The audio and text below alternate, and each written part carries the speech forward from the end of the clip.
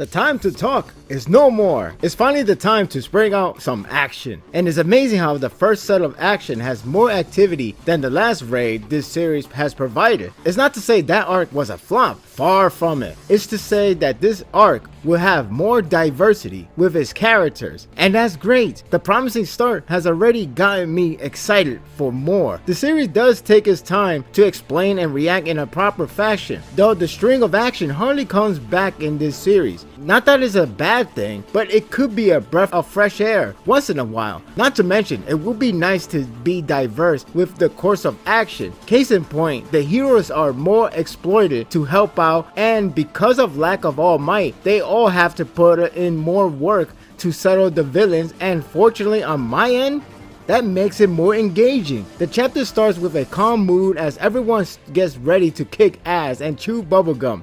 Not the heroine, the actual gum. I thought it was nice of the mangaka to provide the setup of these heroes and how prepared they are going in. They're provided with stats of 8 precepts including their quirks, so they can know what to expect from them. It's one way to secure the potential ass pull from anyone, so that's an upside. We also technically see a group being formed in order to keep in track. The most notable part out of this is Gran Torino's departure from the mission. It appears that the League of Villains start their move elsewhere, though it wasn't specific on what exactly are they doing. We are only told that he left the mission because of frustration, and that's it. It may be an underground job that Shigaraki and Overhaul made, since the chapter didn't continue the cliffhanger from the last, so it only makes me think that could be the case. It's a troubling feeling that could be a major problem in the long run. It builds the hype for their mission start, and thankfully so, because they have building up a lot for this arc to be the most intense so far. I was already hyped, so this only made it stronger. Once they said move out, I almost wanted to roar. Overhaul got his last moment of calm by meeting his sick father,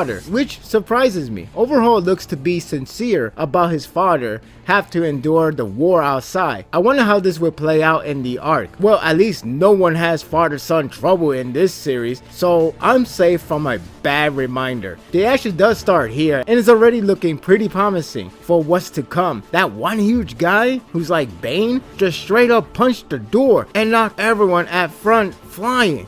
The teamwork is also pretty promising as well, with Aizawa and Deku saves the cops from falling as others provide cover. Ryukyu turns into a dragon. That's right, a dragon, making her an instant win for waifu hunters and pins down that Bane guy. I wasn't expecting for some reason, but it was great. I like how everything's sequenced here as everyone are more engaged than ever before. It feels like a real raid or warfare with everyone moving out. They are barging into place, and each of the villains strikes back with heroes practically curb stomp and kick their asses in an instant, though they're not the real deal so far. Nevertheless, this raid is in full course of action, and it can only increase the excitement. The art has gotten stronger as well, which is a good time for action. It has a really good start with that Bane guy punched the door out of nowhere, leaving the impact feeling of the war has begun. It's a lot of character on panel, so it gets busy as the action escalates further. The dragon design is pretty cool. I guess I have my dragon fix after that one series end. The action set piece leaves a lot of promises. It's a bit of a shame that they do take away the amount of spaces, as the chapter does end quicker, leaving the hype to be saved for the next one.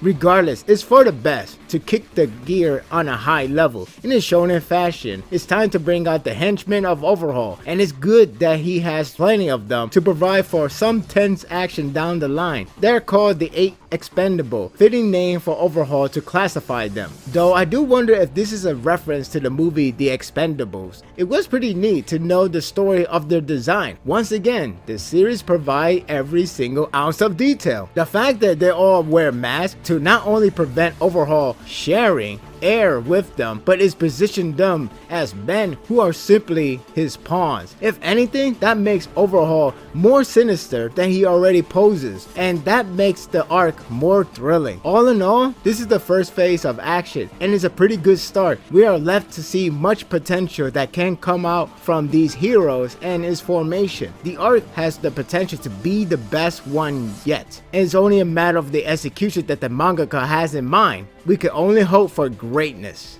I'm giving this chapter an 8. What are your thoughts of this chapter? Do you feel that this arc can top your favorite arc of the series so far? This has a lot of potential. I'm really liking the fact that these heroes are really taking more action, more so than the last time, because All Might practically solo every villain's in there, but now without him, everybody has to get engaged and everyone has to play their part. This is a breath of fresh air after so many good build-up, so many anticipation, and the villains are looking very strong for the sake of the heroes coming off triumphant in a grand way. So I can't wait to see how this entire arc unfolds. And that will do it for the review. I hope you enjoyed this one. If you like this and want more of this, subscribe to my channel and my world will be yours to stay. Until next time, take care.